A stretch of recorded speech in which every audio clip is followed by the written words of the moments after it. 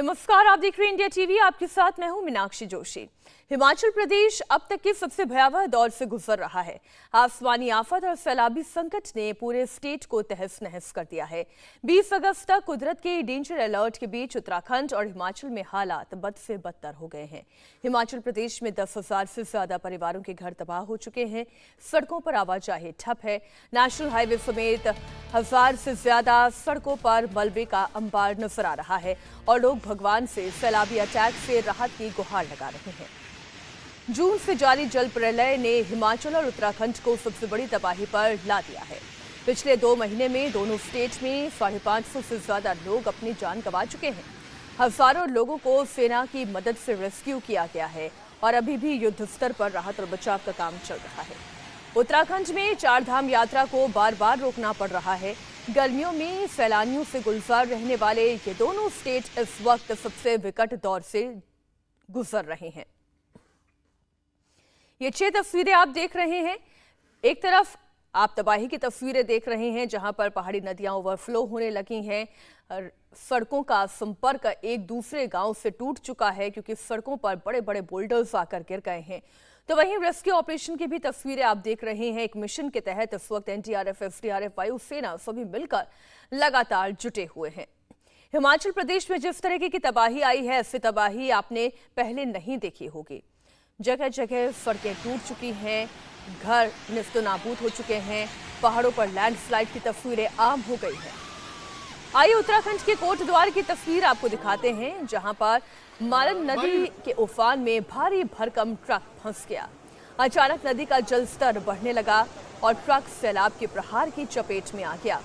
उत्तराखंड में 20 अगस्त तक सैलाबी अटैक का अलर्ट है और इसी कड़ी में जगह जगह डराने वाली तस्वीरें सामने आ रही हैं। कोटद्वार की ये तस्वीर सैलाब के भयावह मंजर को बताने के लिए काफी है।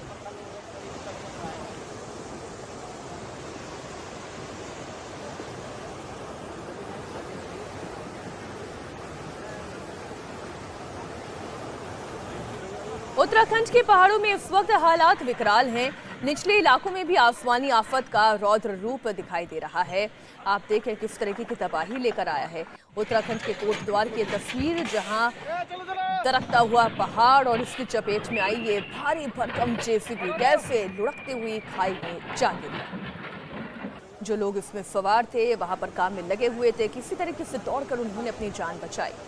कोटद्वार की ही एक और तस्वीर जहां पर मालन नदी, जो कि एक पहाड़ी नदी है, वो इस वक्त उफान पर है। इसका जल स्तर बढ़ चुका है।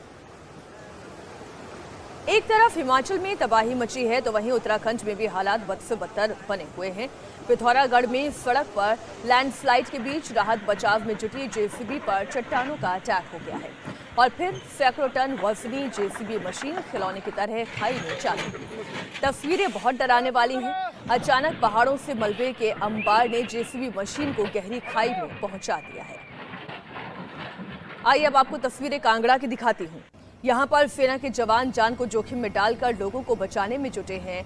पूरा का पूरा इलाका सैलाब में डूबा हुआ है। इसके चलते हेलीकॉप्टर को 5 से 10 फीट की ऊंचाई पर स्टेबल करते हुए लोगों को निकाला जा रहा है। आप इन तस्वीरों को देखिए। सेना का एक जवान एक व्यक्ति को हेलीकॉप्टर में चढ़ने में मदद कर रहा है। दूर दूर से लोग अपना घर और मकान छोड़कर खुद को बचाने के लिए यहाँ पर मशक्कत कर रहे हैं। हिमाचल प्रदेश की कांगड़ा की तस्वीरें भी कुछ कम भयावह नहीं है। कांगड़ा के इंदौरा इलाके में सबसे ज्यादा तबाही है। यहाँ हेलीकॉप्टर की मदद से लोगों को बचाया जा रहा है। अभी वहाँ कैसे हालात हैं बता रहे हैं इंडिया टीवी संवाददाता पुनीत परिंचा। हिमाचल में लगातार जारी बारिश के बाद अब भले ही हालात सुधरने लगे हों, लेकिन पोंग डैम से छोड़े गए पानी की वजह से हिमाचल के कांगड़ा का जो निचला इलाका है इंदौरा, वहां पर काफी ज्यादा बाढ़ आई और इस वक्त मैं इंदौरा में मौजूद हूँ। इंदौरा का मंड इलाका है ये और आप तस्वीर देख रहे हैं। ये इतनी तेजी से जो आपको पानी चलता हुआ यहाँ पर दिखाई दे रहा है, ये कोई नदी नहीं है बल्कि ये खेत खलिहानों के बीच में से ये पानी जो है वो इस समय जा रहा है। तस्वीर में दिखाऊं आपको तो चारों तरफ आपको यहाँ पर पानी ही पानी यहाँ पर नजर आएगा। हालांकि पहले से जो पानी का लेवल है वो काफी ज्यादा कम हुआ है। ये सामने आप जो मेरे सामने आप जो फसल देख रहे हैं ये पूरी तरह से पानी में डूबी हुई थी, लेकिन अब यहाँ से पानी का लेवल धीरे धीरे काफी कम हो गया है और पानी लगातार जो है अब निकल रहा है। ये रास्ता जो है ये सीधा अर्नी यूनिवर्सिटी की तरफ जाता है। अर्नी यूनिवर्सिटी जो है वो भी पानी की गिरफ्त में, बाढ़ जब आई थी तो उसकी गिरफ्त में आई थी। अभी भी वहां पर काफी पानी है और जो हेलीकॉप्टर के रेस्क्यू के ऑपरेशन चले थे वो अर्नी यूनिवर्सिटी से ही रेस्क्यू किए गए थे लोग। और ये रास्ता क्योंकि अब आगे टूट चुका है, आगे जाने का कोई रास्ता नहीं है, पानी का बहाव काफी ज्यादा तेज है। ये आप तस्वीरें देख सकते हैं कि ये जो इस समय नदी दिखाई दे रही है, दरअसल ये नदी नहीं है बल्कि ये पूरे के पूरे खेत खलिहान थे। और सामने आप देखेंगे कि अब आपको जो खेत हैं वो नजर आने शुरू हो गए हैं। अगर मैं आपको इस तरफ तस्वीर दिखाऊं तो ये खेत आपको नजर आने शुरू हो गए। इनके ऊपर अभी मिट्टी की परत जो है वो जमी हुई है, लेकिन पहले ये पूरे के पूरे जो खेत थे ये पानी में डूबे हुए थे, जलमग्न थे। लेकिन अब यहाँ पर स्थिति जो है वो काफी सुधर रही है।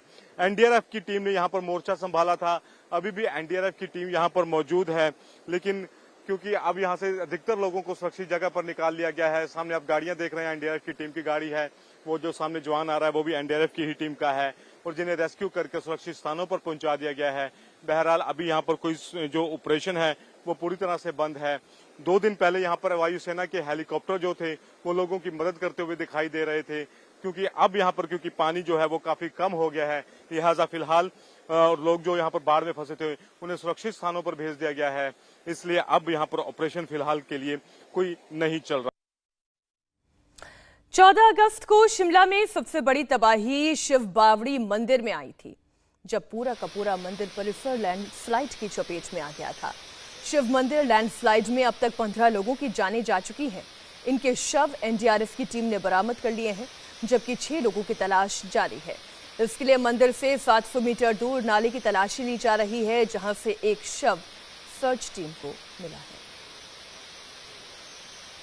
दरअसल 14 अगस्त को सावन का सोमवार था और इस वजह से शिव मंदिर में भक्तों की भीड़ थी। उसी वक्त पहाड़ का एक हिस्सा दरककर मंदिर पर गिर पड़ा। इसमें करीब 21 लोग दब गए।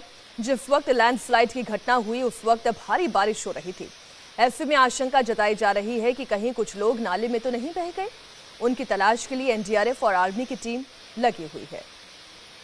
शिमला के सुमहिल इलाके की बात करें तो यहाँ एक तरफ मंदिर गिरने से हाहाकार है, तो वहीं कृष्णानगर इलाके में लैंडस्लाइड ने कई घरों को तबाह कर दिया है। ये पूरा इलाका इस वक्त मलबे के ढेर में तब्दील हो गया है। इंडिया टीवी संवाददाता पीयूष मिश्रा की ग्राउंड रिपोर्ट देखिए।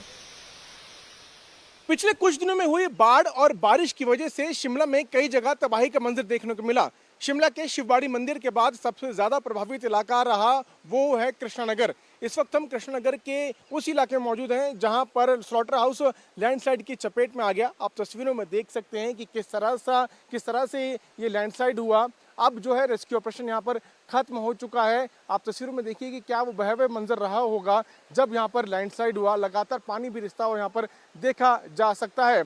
जब लैंडस्लाइड हुआ तो उस वक्त कुछ लोग वहाँ मौजूद थे जो उसमें दब गए। 2 लोगों की मौत इस घटना में हो गई, लेकिन वहाँ पे जो सामान था वो भी चपेट में आ गया। यहाँ पर आप तस्वीरों में देखिए कि कैसे गाड़ियाँ जो हैं वो यहाँ पर खाई में गिरी हुई आपको नजर आएंगी। लगभग 2 से 3 गाड़ियां यहाँ पर आप देख सकते हैं जो लैंडस्लाइड की चपेट में आ गई। ये वो गाड़ियां हैं जो स्लॉटर हाउस के साथ जो घर थे उनमें पार्क थी और अचानक हुई लैंडस्लाइड की वजह से ये गाड़ियां लैंडस्लाइड की चपेट में आई और अभी यहाँ पर वो देखी जा सकती हैं।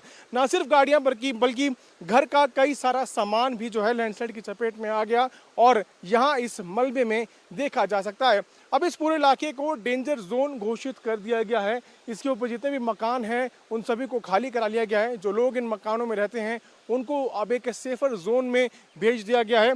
एक और तस्वीर आप देख सकते हैं कि कैसे मलबे के नीचे एक और गाड़ी दबी हुई है। तो लगभग 4 से 5 गाड़ियां जो हैं वो पूरी तरह से प्रभावित हुई और एक गाड़ी और जो मेरी दाईं तरफ है ये भी जब लैंडस्लाइड हुआ तो उसकी चपेट में आ गई। आप देखिए कि किस तरह से गाड़ी का कचुम्बर बन चुका है और जो लोग यहाँ पर रहते हैं वो अब यहाँ पे आसपास जितने घर हैं उनको खाली कर जा चुके हैं।